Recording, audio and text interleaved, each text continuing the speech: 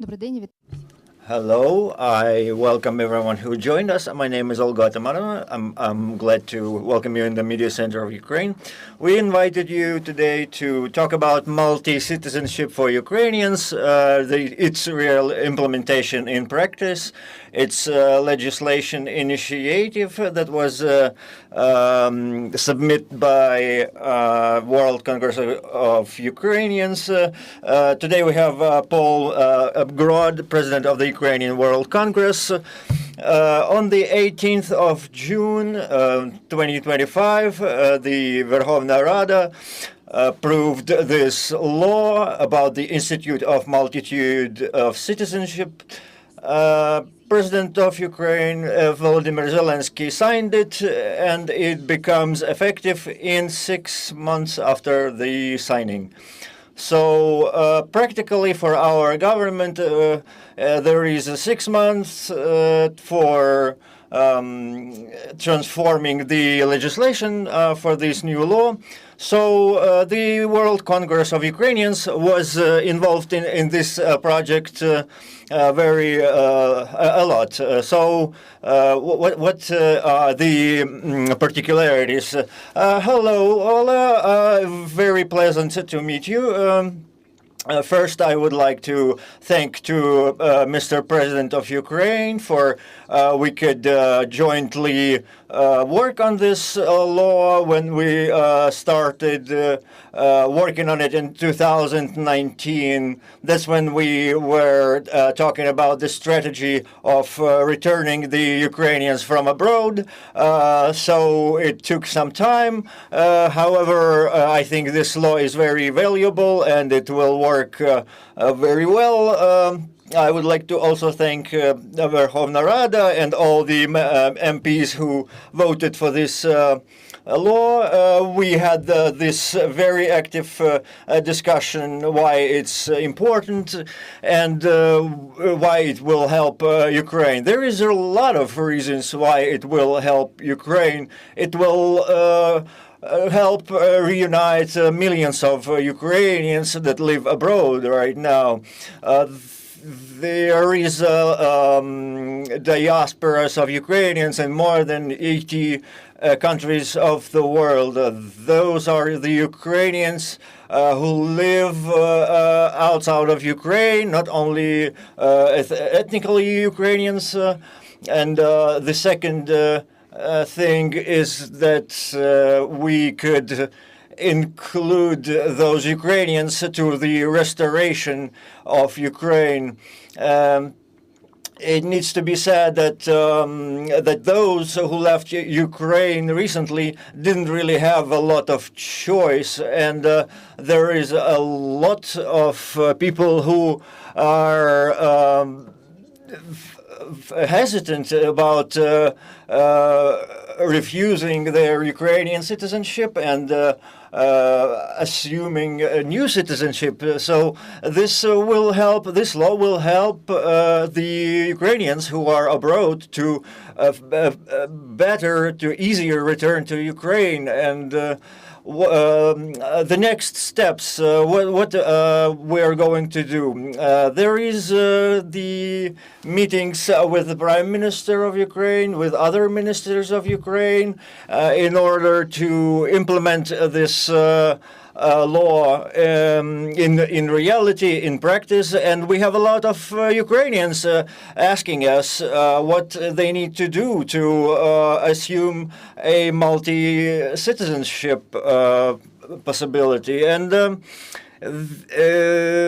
the second thing that we need to do is also to push for some more laws that are adjacent to this one and are in conflict with the multi-citizenship as of right now.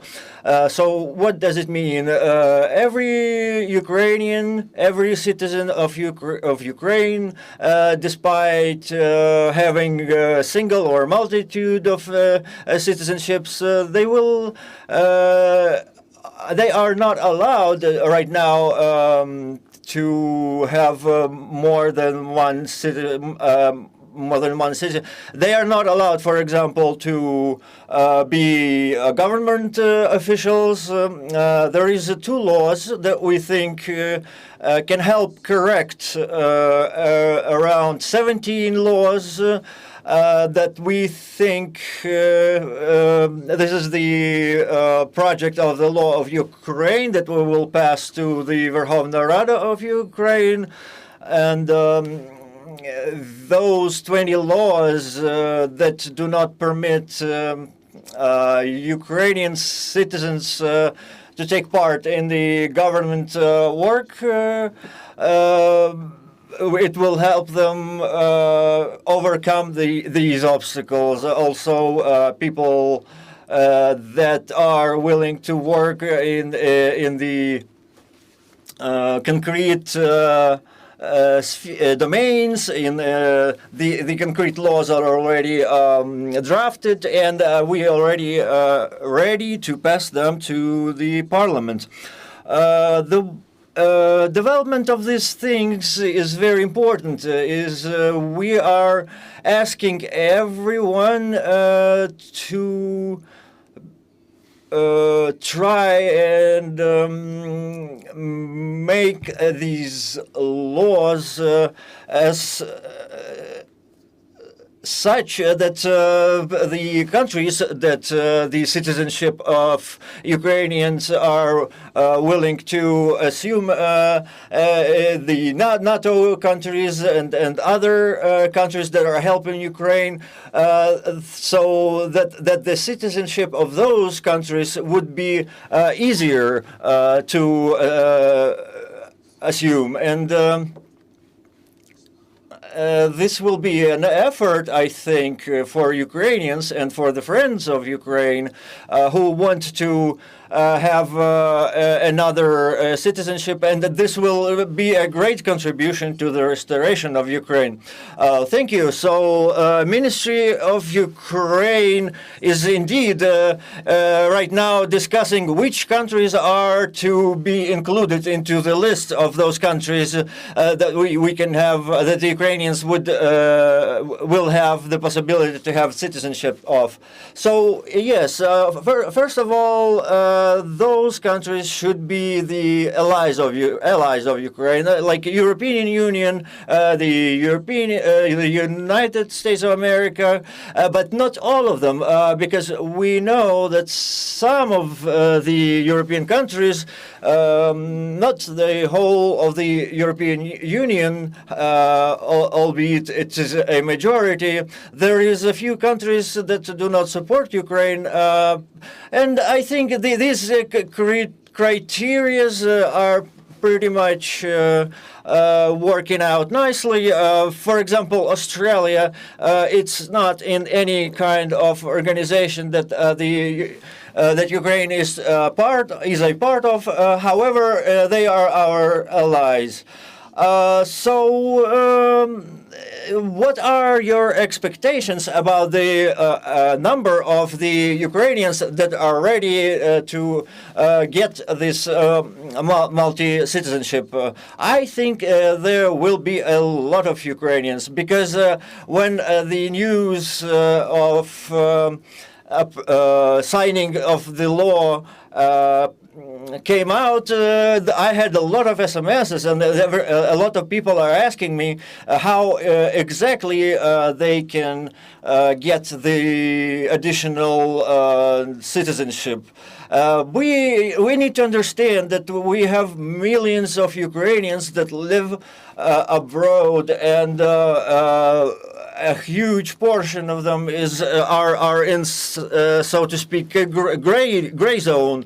After this law is implemented, we will have hundreds upon thousands of Ukrainians available for legal work with Ukraine. What will change for the world Ukrainians with this law? So we had Miss Naumenko talking in an interview.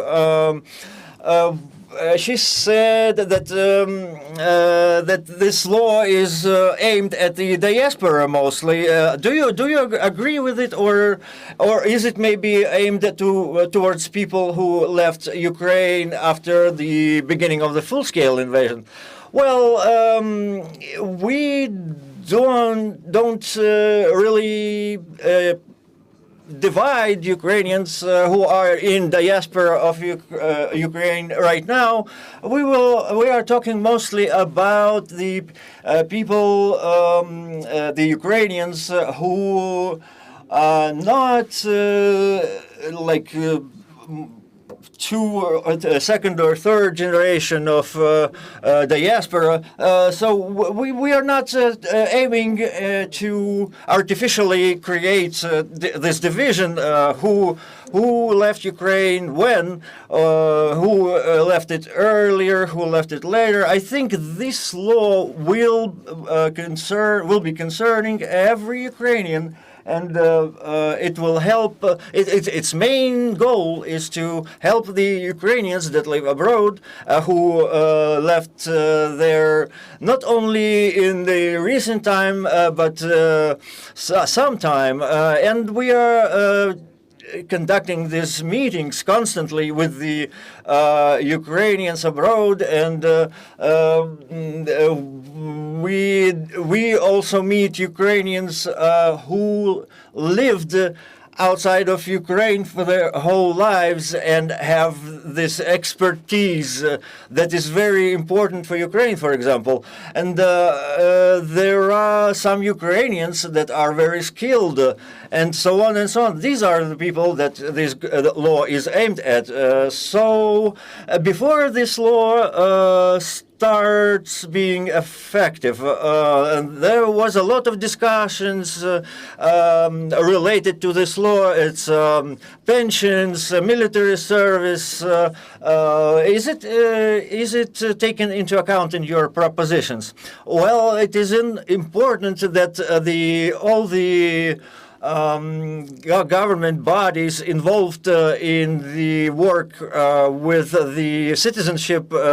This includes the Cabinet of Ministers of Ukraine and Parliament of Ukraine, the tax bodies, taxation bodies, and so on and so on. It is important that they're involved in this, in the development of this law, and there is a lot of nuances. It depends. It will depend on the country of the second citizenship that the taxation legislation legal systems are in harmony, are in accordance between, for example, Ukraine and the USA, the Ukraine and the Great Britain, and this is a very normal process that in the world it's been already improved and enhanced and is implemented since a long time ago. What are other challenges that you see on this path? Well, this is a quite delicate question. It's about military service. There is a lot of Ukrainians who are going to wait for before getting the Ukrainian citizenship until they are sure that they will not be mobilized, for example. For example, even myself, if I refuse my Canadian citizenship, for example, right now, it will be problematic for me to enter Ukraine. And I'm sure it will be corrected with time. However, right now it is a very big barrier for getting multi-citizenship by the people of Ukraine who are outside of Ukraine. I think we need to create something prestigious, something in terms of image. Mr. Pavlova, I would like to ask you about one other thing that's in the air right now. It's about the human rights organization that noted that the law is going to also create a possibility for legalization of the Ukrainians, of the citizens of Ukraine who stay in the occupied territories. For example, we know there is a lot of people in Crimea who were Ukrainian citizenships that were issued Russian passports. What about those people? Well, this is a great challenge. I think the solutions for those people will be, for example, a temporary citizenship. And we are talking about these things with Ukrainians from Russia. There is a lot of our members in the Russian Federation right now, the members of the Ukrainian Congress. They have left, most of them have left Russia, of course, because they felt threatened. And they tell me that right now it's not really on time to discuss this question of citizenship of Russian Federation. Thank you. I would like to give the microphone to the floor. Anybody? Are there any questions?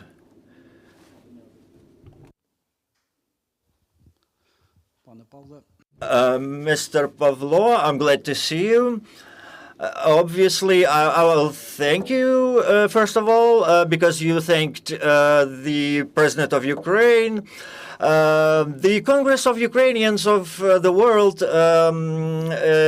and also the Ministry of Defense of Ukraine that helped us, help you.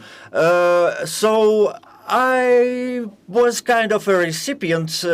I was an advisor of Miss Hanna Mahler, who was a Deputy Minister Reznikov.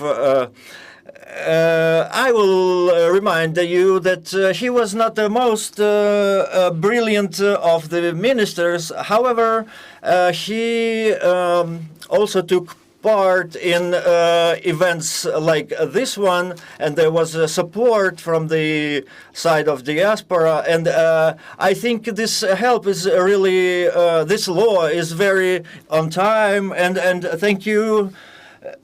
And I was willing to see you in person, and now I have seen you. A kind of philosophical question. What is your personal understanding of our future? Because Ukraine is in a very difficult situation. And it is obvious that from my experience, I can say that if our partners will focus on supporting the government and those structures and those people that are in those positions, this will be effective to a certain degree, because during the independence period, Ukraine didn't really shed its post-Soviet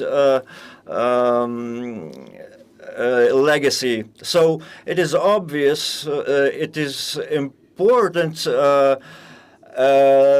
that the decentralization reform has been implemented, and that since the first day of the full-scale invasion, there were people who took the responsibility amongst the confusion that was at the time. And so help for the local organizations, for local parties. How do you see this law in the context of local organizations and levels. Thank you again. Thank you to the Ministry. And I would like to say that Ministry of Defense of Ukraine, there is nuances in its participation. Thank you for your warm words. I will start with saying that the first priority of the World Congress of Ukrainians is the victory of Ukraine, and we're focused on it almost 100%. And first of all, it's advocation in those 80 countries of Ukraine where we work directly with the civil societies and are wrecking support for Ukraine from those people.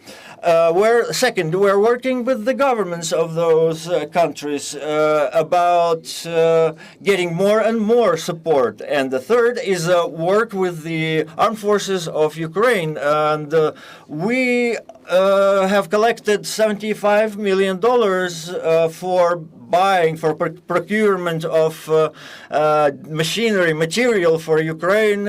Like, for example, we're going to pass jeeps, drones. We always collect for drones. This is very important. And today we are almost exclusively buying from Ukrainian producers. And this is a very great progress for Ukraine. And I would like to say that the future of Ukraine is kind of a wide question. And we are very much supportive about the bright future of Ukraine. And I studied in Ukraine in 94, 95, and trust me when I say that there's been huge changes since then. I'm sure I can certify because right now Ukraine is being the most European country among European countries, and right now everybody can see that Ukrainians are the brave nation. That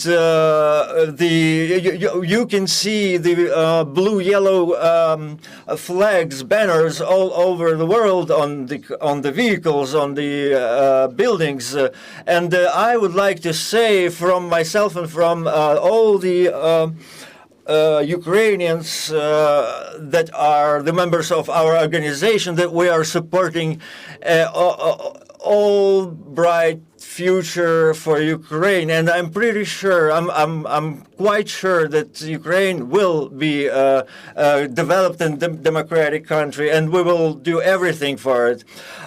You mentioned the restoration of Ukraine and diaspora participation in it. Can you comment on this, please? Yes, this will start with involvement of students. This will be a possibility for every Ukrainian to come to Ukraine and to feel Ukraine. And this is the main thing. This is the main goal. The other things, we already started discussion with the business, with civil society, with governments. How can we involve experts, and how can it be done systematically in cooperation with the government of Ukraine? And the main thing will be an appeal that we, as Ukrainians, have the responsibility to take part in the restoration of our country. And in some sense, it is similar to the Jewish diaspora.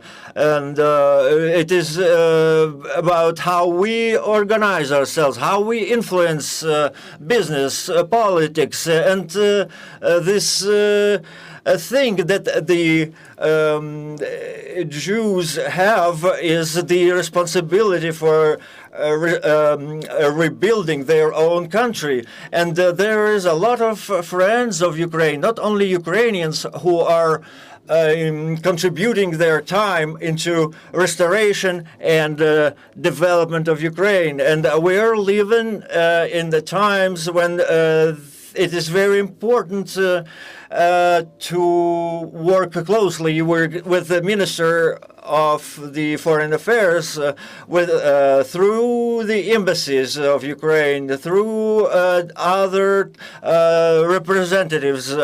We are popularizing, we are incentivizing people to come and to take part in the restoration of Ukraine.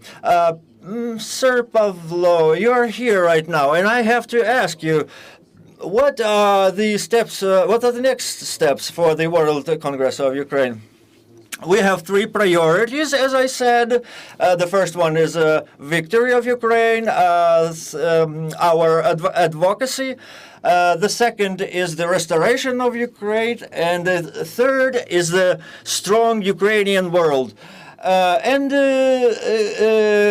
Together with the project Energize Ukraine, we are working right now on the restoration of energy system of Ukraine. And in terms of world of Ukraine, Ukrainian world, I would like to stop here in detail.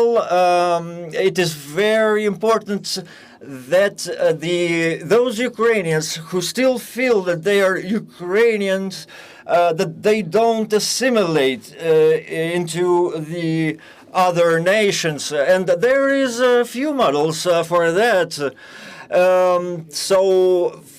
First is organize Ukrainian nurseries, schools, cultural, professional organizations in those countries, and to keep those Ukrainians together. And this is how Ukrainians will stay strong.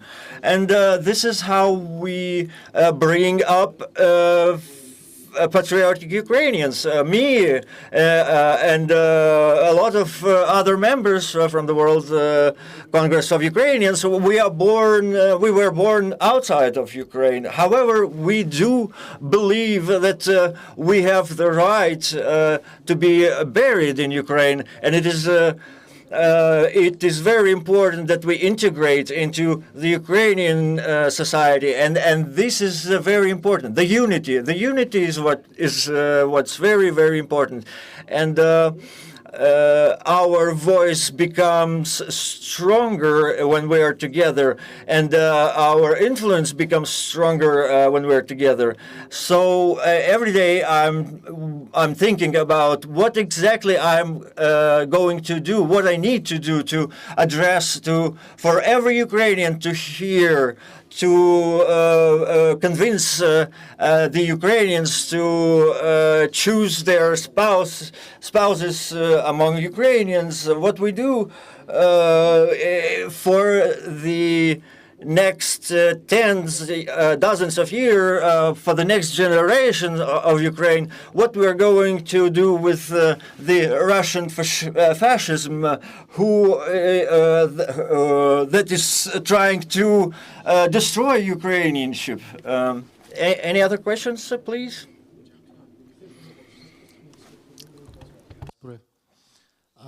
Вибачте мене, буду запитати в англійську мову. Paul, has there been much in the way of discussion or debate of how to retain citizenship as something very valuable and as something to work towards and to achieve? How can this be used as a safeguard, and to enhance cultural identity? So is it being looked at as something more, where we have such a fragmented cultural identity, both in Ukraine and across diasporas, is there some way that this is a tool to enhance that and solidify that beyond it being the ability to work in Ukraine, pay taxes, etc.? How difficult should this be? For example, will there be a language test towards citizenship or a cultural knowledge test, as an example? Thank you, Julian. I'll start with this, that when we were discussing this legislation or potential legislation with President Zelensky, we made it very clear that we thought that there were a few key principles that were very important in any legislation. Number one was one class of citizen. So if you were a citizen of Ukraine, you had all the rights and all the obligations of a citizen of Ukraine, which meant that you had the right to serve in the army, you had the right to run for public office, be a public servant, or just be involved in business or culture, whatever you're involved in. So that was very important, and we're very pleased that this legislation has that as a key principle. Number two was that there had to be security measures that prevented actors, state actors who were aggressive to Ukraine, like for example Russia, from attaining citizenship. And so that's why there will be a list of countries that the Cabinet of Ministers will approve, which will be permitted to achieve dual citizenship. And thirdly, we felt, and this legislation adopted this, was allowing for ensuring that there was a test, a language test, a test of history, culture, understanding the constitution of Ukraine. All these were very key for that. One aspect that maybe will be a bit controversial that we called upon that was not adopted was a pledge of allegiance, swearing an oath. That has not been adopted. We will continue to encourage and push for that because we feel that there must be a pledge of allegiance, as in other countries, to the state of Ukraine, to the Ukrainian people. But I think that those things have been incorporated, and I believe that that this legislation will be an important element to creating that global Ukrainian identity and to helping Ukraine rebuild. A critical aspect of this, and I was just at the Ukraine Recovery Conference in Rome where I was speaking on this topic, where we need many millions of Ukrainians to return to Ukraine to rebuild. And for that to happen, there needs to be the necessary legislative framework for that. And we believe that this legislation will be one of many aspects to encourage the return of Ukrainians to help in the rebuild. Дякую вам дуже за це і дякую за цю зустріч сьогодні. Безумовно, хочу приєднатися до всіх тих. Thank you for your interview. Thank you for this discussion, for your commentary, for all the support that you are giving to Ukraine, and for uniting Ukrainians, which is very, very important for us. Thank you, friends, for coming here. I would like to say thank you to our armed forces of Ukraine, thanks to which we were capable to gather here. Glory to the heroes, glory to Ukraine.